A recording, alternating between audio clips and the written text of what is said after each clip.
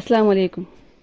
کچھ لوگ یہ شکایت کرتے ہیں کہ ہماری دعائیں قبول نہیں ہوتی یا اللہ ہماری دعا قبول نہیں کرتا، لیکن اس بات پر غور نہیں کرتے کہ ان کی کیا وجہ ہے۔ آخر دعا قبول نہ ہونے کی کچھ وجہ تو ہوں گی۔ چلیے آج ان کا تذکرہ کرتے ہیں۔ ہاں، کچھ اعمال ہیں جن سے دعاؤں کی قبولیت کا اندازہ ہو جاتا ہے۔ توجہ سے سنیے گا۔ دعائیں قبول نہ ہونے کی جو اہم وجوہات ہیں ان میں سے پہلی یہ ہے کہ انسان زبان سے تو کہتا ہے کہ دنیا کی کوئی وقت نہیں، یعنی اس کی کوئی ویلیو نہیں ہے، عملاً دیکھیں تو سارا دن اسی کو سمیٹنے میں لگا ہوتا ہے۔ قول اور فعل کا فرق، یعنی زبان سے کچھ اور کہتا ہے، کہنے میں اور کرنے میں بہت فرق نظر آتا ہے۔ زبان سے کہے جی مچھر کے پر کے برابر بھی حیثیت نہیں اس دنیا کی، لیکن ادھر عملی طور پر دیکھو تو نماز کی بھی فرصت نہیں ہوتی ہے، لگا ہوا ہے اسی میں دن رات۔ تو ایک تو یہ وجہ ہوتی ہے دعا قبول نہ ہونے کی، اور دوسری وجہ یہ ہے کہ زبان سے تو کہتا ہے کہ دنیا فانی ہے، مگر اس کے رہنے کی تدبیریں، پلاننگ ایسی ہوتی ہے جیسے اس نے کبھی مرنا ہی نہیں۔ لمبی پلاننگ ہوتی ہے، رہنے کا طور طریقہ جیسے اس نے جانا ہی نہ ہو۔ زبان سے کہتا ہے کہ آخرت دنیا سے بہتر ہے، عمل دیکھو تو دنیا کو آخرت پر مقدم کیے ہوئے ہے، یعنی دنیا کو زیادہ ترجیح دے رکھی ہے۔ زبان سے یہ کہتا ہے میں اللہ کا بندہ ہوں، اللہ کی بندی ہوں، میں اس کی دوست ہوں، لیکن اگر اس کی زندگی کو دیکھو تو اللہ کے دشمنوں کی باتیں مان رہا ہوتا ہے، یعنی شیطان کی مان رہا ہوتا ہے، یا کفار کی نقالی کر رہا ہوتا ہے، اس کی نقل کر رہا ہوتا ہے، ان کی پیروی کر رہا ہوتا ہے۔ حالانکہ پروردگار نے فرمایا شیطان تمہارا دشمن ہے، تم بھی اسے اپنا دشمن سمجھ کر رہو، تو اس کو دشمن سمجھنے کی بجائے اس کے مشوروں پر عمل کر رہے ہوتے ہیں، اس کی بات مانتے ہیں اور پھر کہتے ہیں کہ ہماری دعائیں قبول نہیں ہوتی۔ زبان سے کہتے ہیں کہ ہم نبی علیہ الصلوۃ والسلام کے عاشق ہیں، عمل تو دیکھو تو سنت سے محروم ہوتے ہیں، یعنی سنتوں کے جنازے نکال رکھے ہیں، سنتوں پر عمل ہی نہیں کرتے۔ اس کے اوپر میں ایک شعر کہنا چاہتی ہوں، وہی سمجھا جائے گا شہدائے جمال مصطفیٰ، وہی سمجھا جائے گا شہدائے جمال مصطفیٰ، جس کا حال حال مصطفیٰ ہو، قول قول مصطفیٰ۔ یہ کیسے ہو سکتا ہے کہ بندہ کہے جی ہم محبت نبی علیہ الصلوۃ والسلام سے ہے اور طریقے فرنگیوں کے پسند ہے؟ ایسا ہرگز نہیں ہو سکتا۔ یعنی جس سے محبت ہوتی ہے نا تو محبوب کی پسند اور ناپسند اس کی ناپسند اور پسند بن جاتی ہے، اتنا فرمانبردار بن جاتا ہے اس کا، اتنی اطاعت کرنے لگ جاتا ہے۔ زبان سے قرآن مجید کی تلاوت تو کر رہے ہوتے ہیں، مگر اس کے حکموں کی زندگی میں کوئی اہمیت نہیں ہوتی۔ ان وجوہات سے پھر بندے کی مانگی ہوئی دعائیں کیسے قبول ہو جائیں جیسے وہ مانگتا ہے؟ آخرت میں تو ہو جائیں گی، لیکن دنیا میں ہرگز نہیں ہو سکتی۔ تو ہمیں چاہیے کہ قول اور فعل کے تضاد کو دور کریں، یعنی کہنے میں اور کرنے میں جو فرق ہے اس کو دور کریں، دو رنگی کو دور کر کے یک رنگی کی زندگی کو اختیار کریں۔ دو رنگی چھوڑ دے یک رنگ ہو جا، دو رنگی چھوڑ دے یک رنگ ہو جا، سراسر موم ہو جا یا سنگ دل ہو جا۔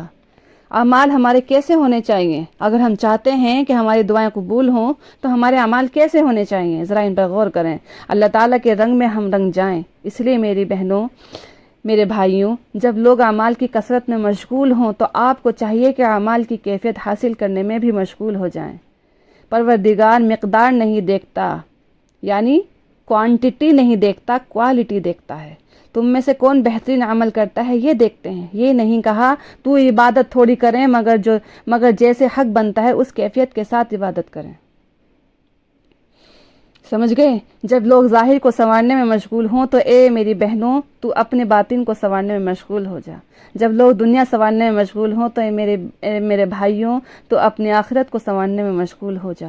جب لوگ مخلوق کی محبت میں مشغول ہوں تو اپنے پروردگار کی محبت میں مشغول ہو جا۔ ایک بات ذہن میں رکھیے گا، جو دنیا میں اللہ تعالیٰ کا دوست بنے گا وہ آخرت میں کبھی بھی دشمنوں کی قطار میں کھڑا نہیں کیا جائے گا۔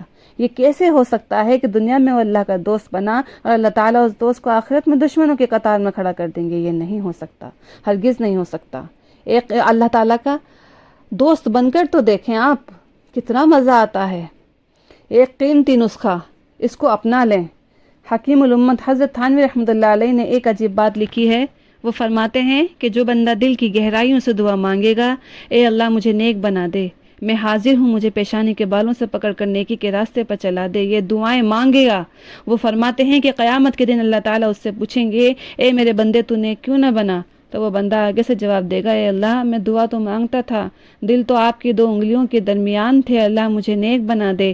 اللہ تعالیٰ فرشتوں سے فرمائیں گے کہ دیکھو اس کے نام اعمال میں یہ دعا ہے، وہ کہیں گے کہ موجود ہے، یہ آپ سے درخواست کرتا تھا، اللہ مجھے نیک بنا دے، اللہ مجھے نیک بنا دے۔ اللہ تعالیٰ فرمائیں گے چونکہ تو دل سے چاہتا تھا کہ نیک بن جائے، باقی معاملہ ہمارے اختیار میں تھا، چلو ہم نے نیکوں میں تمہارا حشر فرما دیا۔ سبحان اللہ۔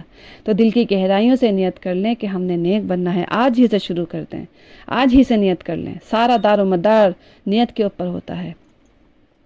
بہرحال جتنی بھی باتیں میں نے آپ کو بتائی ہیں، تو ایک بات تو یہ کہ انسان کسی پر زیادتی نہ کرے، اس کا پکا ارادہ کر لیں، یہ بڑے گناہوں میں سے ایک گناہ ہے۔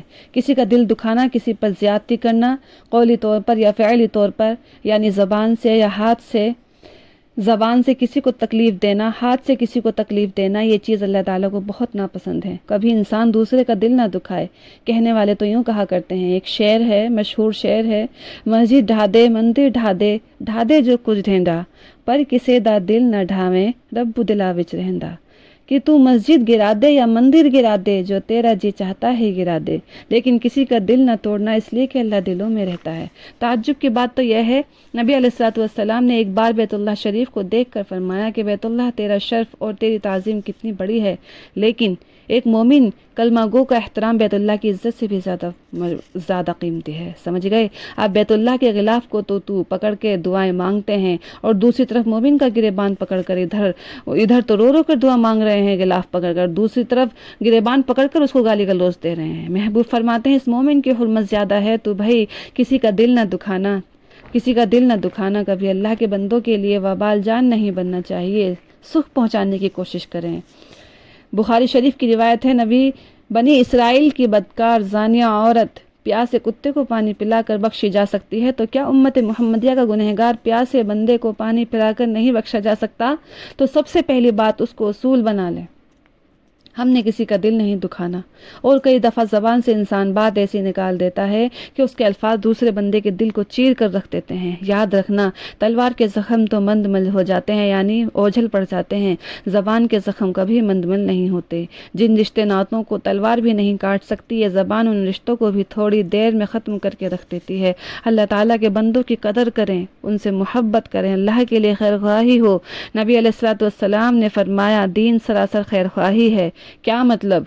تو مومن وہ ہوتا ہے جو دوسرے کی خیر خواہ کرتا ہے، بدخواہ نہیں ہوتا، کسی کا برا نہیں سوچتا، ہمیشہ اچھا سوچتا ہے۔ اور اگر ہم کسی سے زیادتی کریں گے تو ہمارے ساتھ بھی کچھ ہوگا، اس لیے کہ اوپر پروردگار بھی تو ہوتا ہے۔ ایک تو یہ چھت ہے جس کے نیچے ہم رہتے ہیں، ایک اوپر نیلی چھت بھی ہے۔ ہم اگر کسی سے زیادتی کریں گے تو مظلوم کی پکار سننے والا بھی کوئی ہے، اس لیے فرمایا کہ مظلوم کی پکار جب نکلتی ہے، آسمان کے دروازے کھلتے ہیں، کوئی رکاوٹ نہیں ہوتی، اس پکار کو اللہ کے حضور پیش کر دیا جاتا ہے۔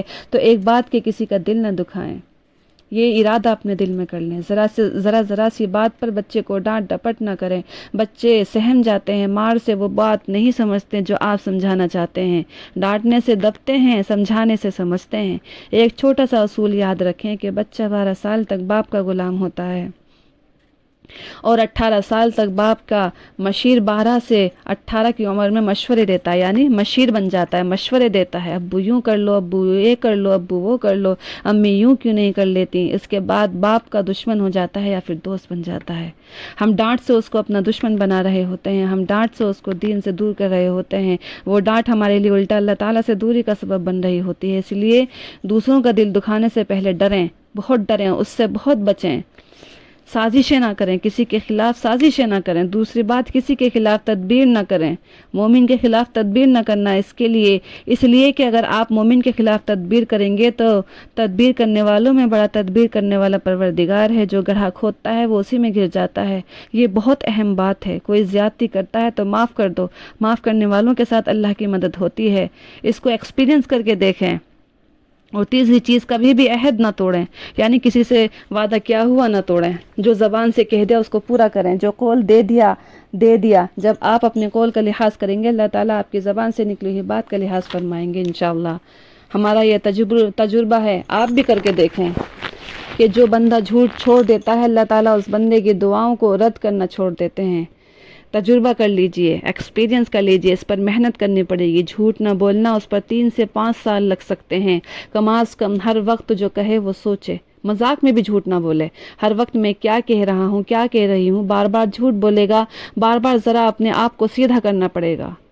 اس لیے جھوٹ کی وجہ سے زندگی کے اندر بے برکتی ہو جاتی ہے۔ بعض روایت میں آتا ہے کہ بندہ جھوٹ بولتا ہے، اس کے منہ سے اتنی بدبو نکلتی ہے، اللہ کے فرشتے اس سے کئی میل دور چلے جاتے ہیں، نعوذ باللہ۔ اور بعض اوقات جھوٹ بولتے بولتے اتنا جھوٹ بولتا ہے، اللہ تعالیٰ فرشتوں کو حکم دیتے ہیں میرے یہاں جھوٹوں کے دفتر میں بندے کا نام لکھ دیا جائے۔ تو جھوٹ کتنا ہی تیز بھاگے، سچ اس کو پکڑ لیتا ہے۔ سچ بالآخر سچ ہوتا ہے، اس لیے سچ کا ساتھ دیں، سچ کو اپنائیں، کیونکہ سچ کے ساتھ اللہ کی مدد ہوتی ہے۔ تو پھر دیکھنا انشاءاللہ آپ کی دعائیں رد نہ ہوں گی، ہمیشہ قبول ہو جائیں گی، کبھی شکایت نہیں پاؤ گے۔